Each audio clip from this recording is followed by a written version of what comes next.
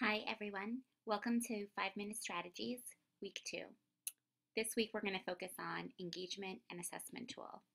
I hope last week you were able to come away with some new ideas and strategies to bring into your classrooms, and I look forward to seeing how you were able to incorporate them into your classroom in meaningful ways.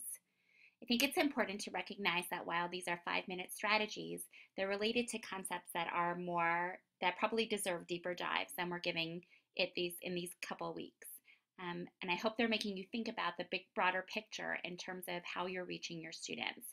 Certainly, these strategies are meant to help you to better serve the students in your classroom without having to add too many pieces to your planning periods or to your planning in general. However, both engagement and assessment tools come with big, larger pictures to think about as you begin to decide which of these pieces are going to come into your classroom. So people often ask me when I walk into a classroom, what does an engaged classroom look like? And I frankly make faces when people say, oh, the kids were really engaged. I could see it. And the question always arises in me, and how can you see if they're engaged, right? What can you see on their faces? How do you know that they're truly grasping the concepts, that they're vested in what's going on? And I've recently started taking an online class with AJ Juliani, Juliani, sorry. It's a free course, and he's big on talking about pieces like this. Even better, if you're podcast people, he has a podcast that you can download for free on iTunes called Classroom Questions. And one of the questions that he tackles, they're typical questions from the classroom, and one of them is about engagement and how can we raise the level of engagement in our classrooms. And one comment he makes is, a really engaged class looks like a great story. You walk in and you don't want to leave until the story is done. Right? You walk in and you sense the energy immediately. Sometimes it can even be a frontal lesson, but the kids have been grasped by the concept since the outset, right? The teacher had pre-planned exactly the way she was going to get her students engaged in the lesson, whether it was going to be referring back to prior knowledge, engaging them with an engaging scenario, however you want to put it, there was something about the way she grasped the kids the first 5 minutes of the lesson that got them. And you knew when you walked into the classroom, if it was already in session, that she had them from the word go, right? She had them from hello. But an engaged classroom also has children who are vested in what they're doing, whether they're answering the teacher's questions or they're working in small group, that you would be able to go over to any of the children and ask them, what are you talking about, or what are you learning about, or what are you doing? And wait for their answer to see what it is that they're doing. If they say, I'm not really sure, then perhaps the teacher was not really able to engage them in the work at hand. But if they answer you with an excited glance and excitement in their voices, then you know that you've come into a great story. And it's those kinds of stories that I find difficult to leave. Right? So to create that engaging momentum, the kids have to feel that they are a part of something bigger. They are helping to determine their learning path. So these kinds of engaging activities, both that come at the beginning of the class and then move steadily through the class and through the unit plan, are reflective of where the students are in their understanding. Going back to that idea of understanding by design, we want to make sure that the process encourages the kids to use what they've already got, question moving forward to get to the end result, and that they have a say in how that's done along the way. AJ Juliani is a huge proponent of choice, as you would see in this slide, as to which direction to go in. He truly believes that if you offer students the choices, both in how they're going to show you that they understand the material and what kind of material they might be interacting with, whether it still be the same content, but whether they're looking at articles or books or newspaper clippings, whatever it might be, offering them a variety of choices, especially in the assessment tools, will best help them to feel vested in what they're doing, and will encourage them to be engaged with that activity, and will produce the best work that will give you the best assessment, not only of their work, but of your own work as well. So when you walk into a classroom, or when I look into a classroom, I'm now training myself not necessarily to follow what the teacher is doing, but really to follow what the student is doing. Is the student actively engaged? Is the student raising their hand? Are they actively engaged in conversations with each other? Are they checking their devices periodically, or are they truly looking at what they're supposed to be doing and engaging with the materials? When you ask them, like I said, when you would go over to one of them to ask them a question, what kinds of answers are they going to give you? During that the conference in March, and I had the opportunity to visit Chris Lehman's school, and he encouraged us, as you know, to go and ask students questions as you see them in the hallways. That you weren't meant to just observe classroom, but really to interact with the students, because he knows that that's where you're really going to find out the most interesting information. So asking them what they were working on and then trying to understand what they were working on, for me, was the challenge. But it was easy for them to explain because they had been immersed in the process. So any of these strategies that we're going to look at, even in this PowerPoint, are not going to take you long to prepare for, but the answers that you get from them will help you to develop the unit and the assessments that you're going to give. I love this slide, right? Chief learner. Formative assessments that you're going to be working on this week help the student to reflect on their own learning, but also help you to reflect on your teaching, right? So when you're thinking about understanding by design, we're always moving towards what that final assessment piece is going to look like. How are you going to know they truly understand the material? And then working backwards to make sure that you've scaffolded the material to help them to be able to better interact with it and gain mastery of it. And your student's going to help you along the way. So whether you start with a KWL chart, a know, want, know, and learn chart, to determine what their prior knowledge is to help them move forward, or whether you do exit tickets throughout your unit to see where they are, these kinds of assessments are going to really help you get a great understanding of where your students are in terms of their understanding and where you need to go with your instruction in a way that might be clearer to you than if you give them a multiple choice test.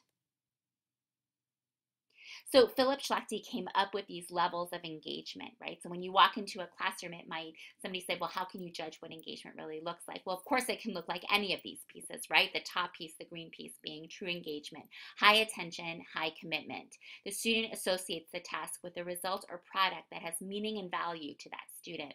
The student will persist in the face of difficulty and will learn at high and profound levels. So the question then comes to you, back to you, to say, how will you ensure that 75% of the time your activities are that engaging? What kind of back work are you going to have to do, and will it take a long time?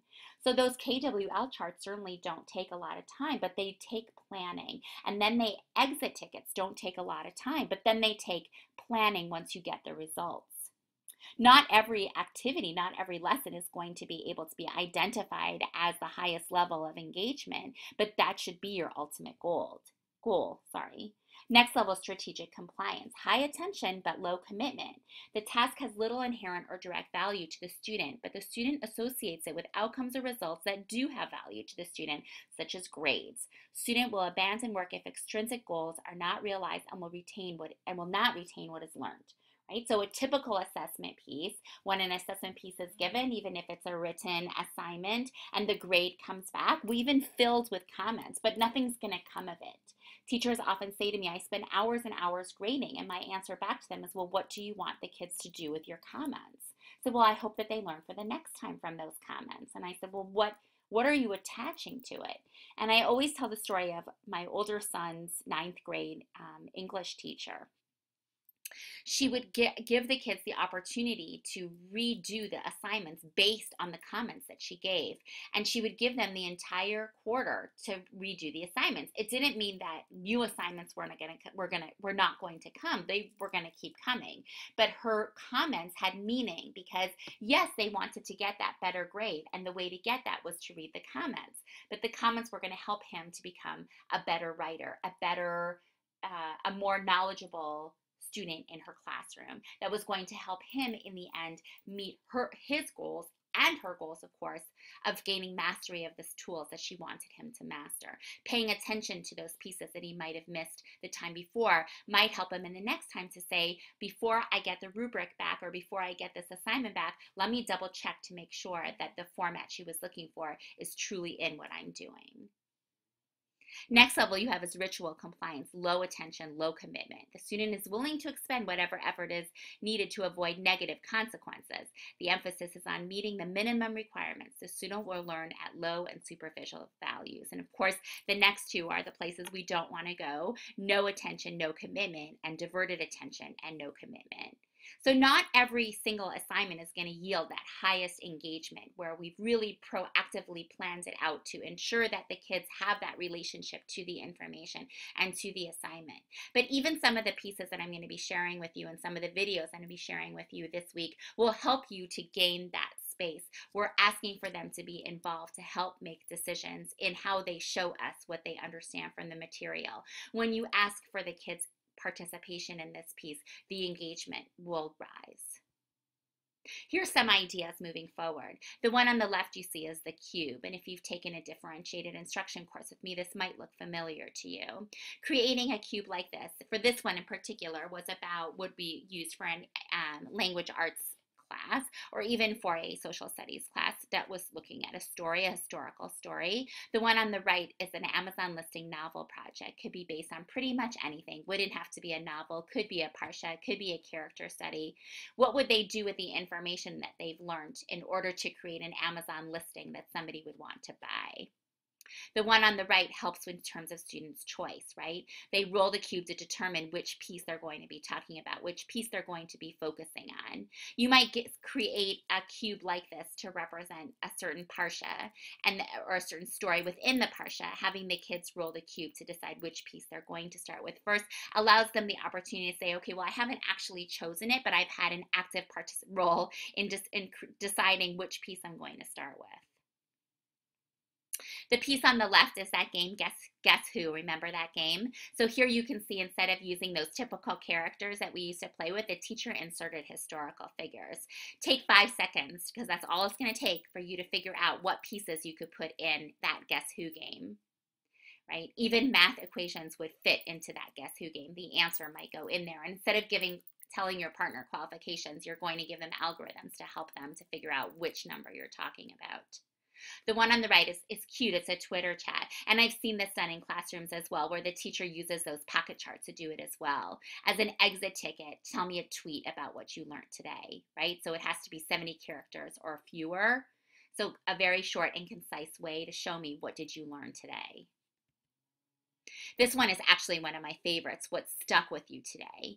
Thinking about at the end of a lesson or at the end of the day, what stuck with you today. You can see this chart is numbered. The teacher wanted this to be more or less anonymous to the other kids and basically assigned numbers to her students so they would know where to put their Post-it notes, so that the question of saving face was not a problem. Kids just put it up there because their names were not next to it or under it.